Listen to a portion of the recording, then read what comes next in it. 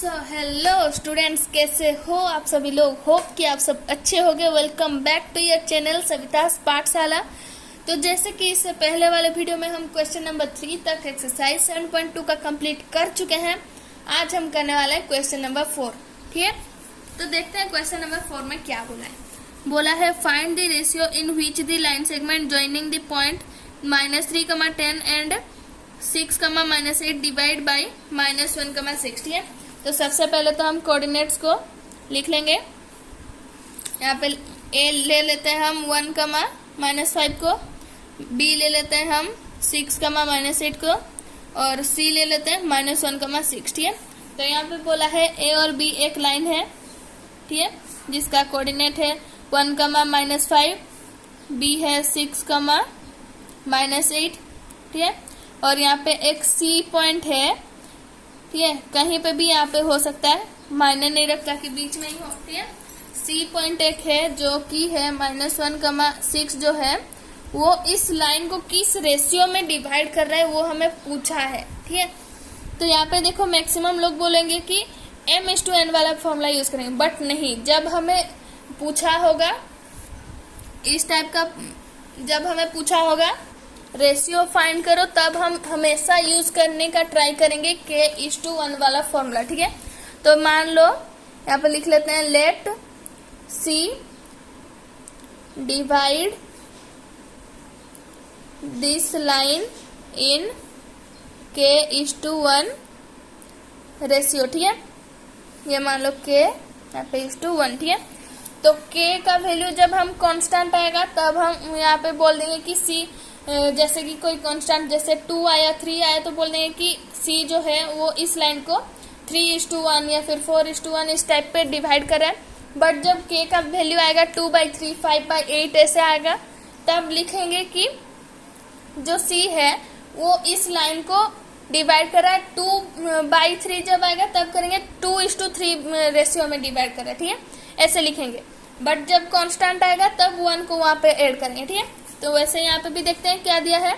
तो x = kx2 + x1/k+1। ठीक है, तो k का वैल्यू हमें नहीं पता है, x का वैल्यू हमारा -1। ठीक है, और k हमें फाइंड करना है। x2 क्या है हमारा, x2 है 6 × 6 प्लस x1 क्या है 1 है बाई k+1। ठीक है, तो ये बना हमारा -1 = ये 6k + 1 बाई k+1। ठीक है, ये k+1 इधर जाएगा तो -1 के साथ मल्टीप्लाई होके बनेगा -k - 1 = 6k + 1। ठीक है, तो ये दोनों को यहाँ ले आएंगे। ठीक है, तो ये बना हमारा 6k प्लस के बन जाएगा, सॉरी +1 + 1 = 0। ठीक है, यहाँ पे ऐसे बन जाएगा हमारा।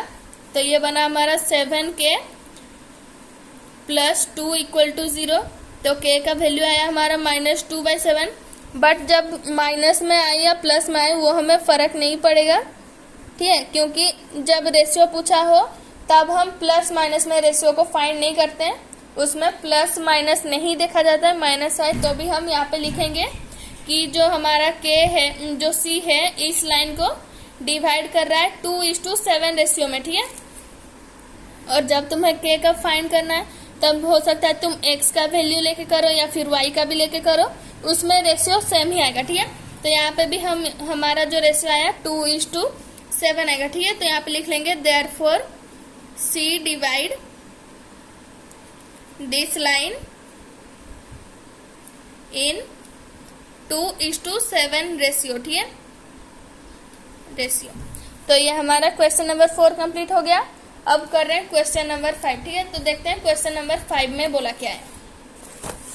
तो क्वेश्चन नंबर 5 में दिया है find the ratio in which the line segment joining a 1, -5 and b -4, 5 is divided by x axis. Also find the coordinate of the point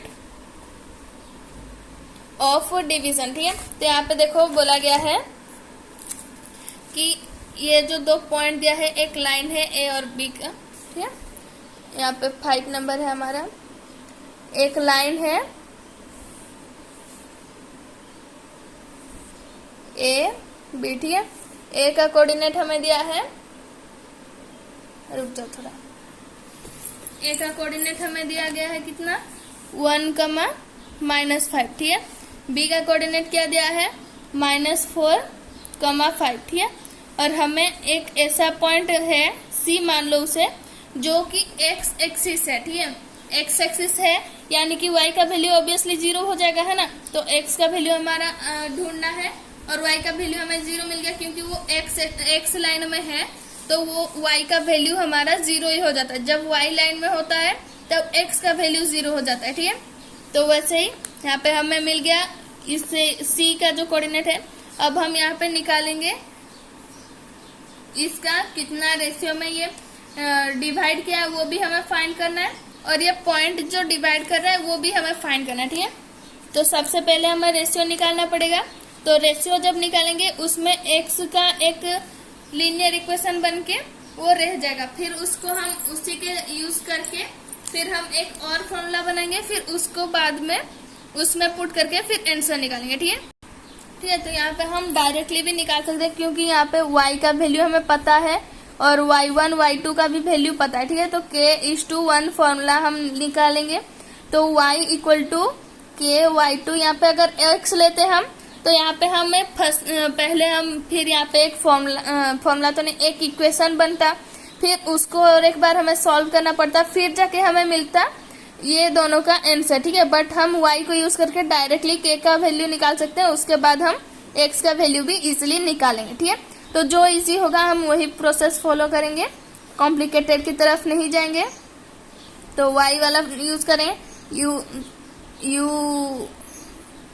= 0, k/y2 है हमारा 5 प्लस ये है हमारा -5 बाई k+1, ठीक है। तो k+1 जो है यहाँ पे 0 के साथ मल्टीप्लाई होकर ये तो कट जाएगा, ठीक है, 0 हो जाएगा, तो उसका कोई वैल्यू नहीं है। तो 0 = 5k -5, ठीक है। तो ये -5 को इधर भेज देंगे तो बन जाएगा हमारा 5k = 5 +5 बन जाएगा, क्योंकि यहाँ पे माइनस में है। तो k का वैल्यू आया हमारा 5/5 यानी कि 1, ठीक है। तो ये जो c जो है ना, ये ab को 1:1 रेशियो यानी कि ये मिड पॉइंट है ab का, ठीक है। तो यहाँ पे लिख लेंगे दी x एक्सिस बोला है तो x एक्सिस लिखेंगे, दी x axis divide this line in 1:1 ratio, ठीक है। तो ये हमारा रेशियो मिल गया। अब हम रेशियो को यूज करके जैसे निकालेंगे x का वैल्यू, ठीक है। यहाँ पे हम लिख लेंगे हमें रेशियो मिल गया और x1 और x2 भी है पता, फिर हम निकालेंगे।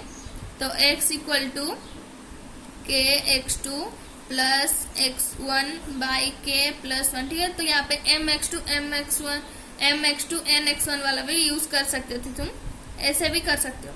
तो k का वैल्यू है हमारा 1 प्लस x2 क्या है हमारा -4 प्लस x1 क्या है हमारा 1, k+1 क्या होगा हमारा 2, ठीक है। तो ये हमारा बनेगा -4 + 1/2 यानी कि -3/2 हमारा x का कोऑर्डिनेट है, ठीक है। -3/2 यानी कि कितना आएगा हमारा -1.5, ठीक है। -1.5 ये हमारा x का कोऑर्डिनेट है, ठीक है। ये हमारा x का कोऑर्डिनेट आया। तो इसी के साथ हमारा क्वेश्चन नंबर 5 भी कंप्लीट हो गया। तो मिलते हैं अगले वीडियो में, जिसमें हम एक्सरसाइज 7.2 का बाकी जो बचा क्वेश्चन है उसे भी कर लेंगे, ठीक है। तो तब तक के लिए goodbye and take care.